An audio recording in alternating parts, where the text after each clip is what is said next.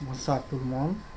Donc, nous sommes à la cinquième partie de cette session de formation sur Microsoft Office 365. Donc, la dernière fois, nous avons vu comment créer un compte utilisateur invité ou guest. Donc, cette fois-ci, nous allons voir la création des contacts. Alors, les contacts, c'est quoi? C'est comme les numéros de téléphone qui se trouvent dans votre smartphone, les numéros que vous enregistrez.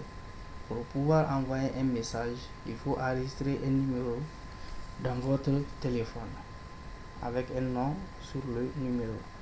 Donc c'est la même chose ici avec les informations, des photos, la localisation, etc.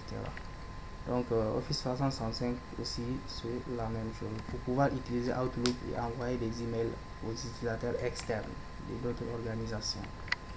Donc nous allons venir à ce niveau.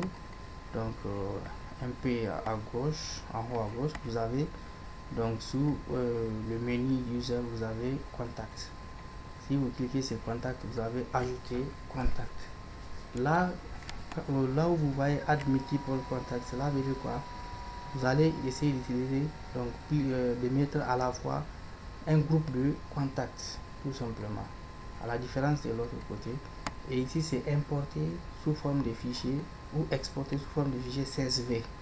Donc, ici, vous avez un fichier CSV qui est compatible avec, d'ailleurs, avec Outlook, Excel, tout ça, avec Gmail, les contacts. Donc, vous pouvez les importer ou exporter.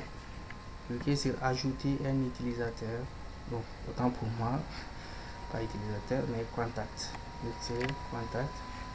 Maintenant, first name, donc le premier nom. On va mettre par exemple notre premier contact, c'est John Doe. Donc, il faut savoir que John Doe, c'est un nom qui est utilisé généralement en informatique. Si vous ne voulez pas préciser un nom, le nom de quelqu'un, vous pouvez utiliser John Doe. Ça, c'est utilisé dans la plupart.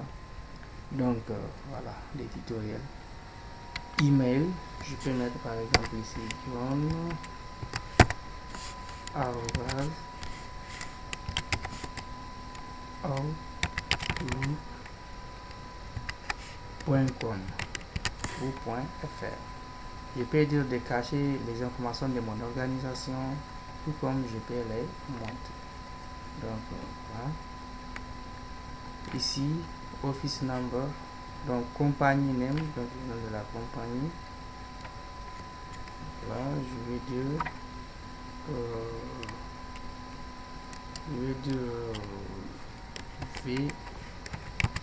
Velocity.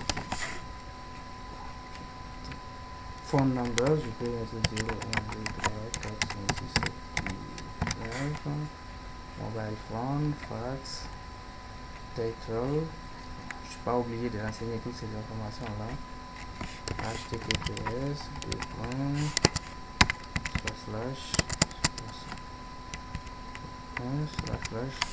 www.x.com.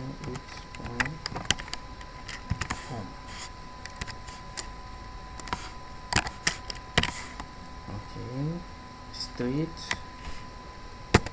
city,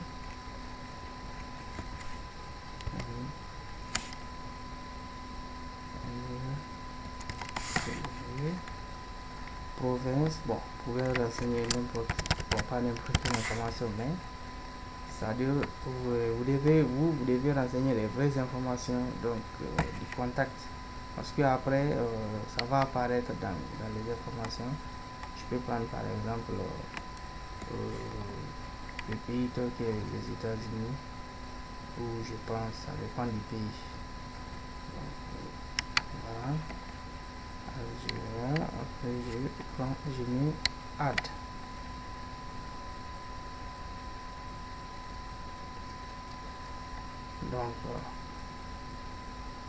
Donc là, vous allez donner au moins 30 000 pour que les changements que vous avez apportés prennent effet.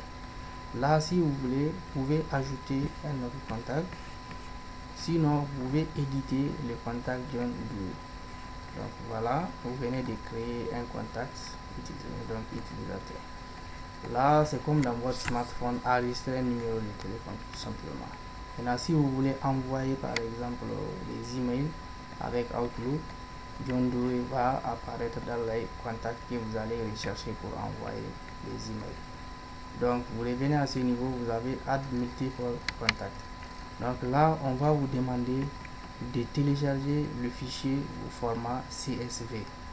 Donc voici les critères à remplir donc, pour pouvoir utiliser les fichiers CSV. Il faut savoir les fichiers CSV, c'est les fichiers donc, où on peut utiliser pour exporter plusieurs informations ou importer des informations en groupe. Donc vous faites browse et puis accéder donc, au niveau du fichier en question. Donc voilà, nous on ne va pas faire ça ici. Donc ça fera l'objet d'un autre tutoriel. Voilà. Donc voici un peu en quelques mots, c'est donc en ce qui concerne les utilisateurs. Donc on a vu comment créer les utilisateurs invités, donc comment restaurer un utilisateur supprimé et comment créer un contact. Donc cette partie pour les utilisateurs, donc je pense bien c'est fini. Voilà. Merci à vous. À la prochaine.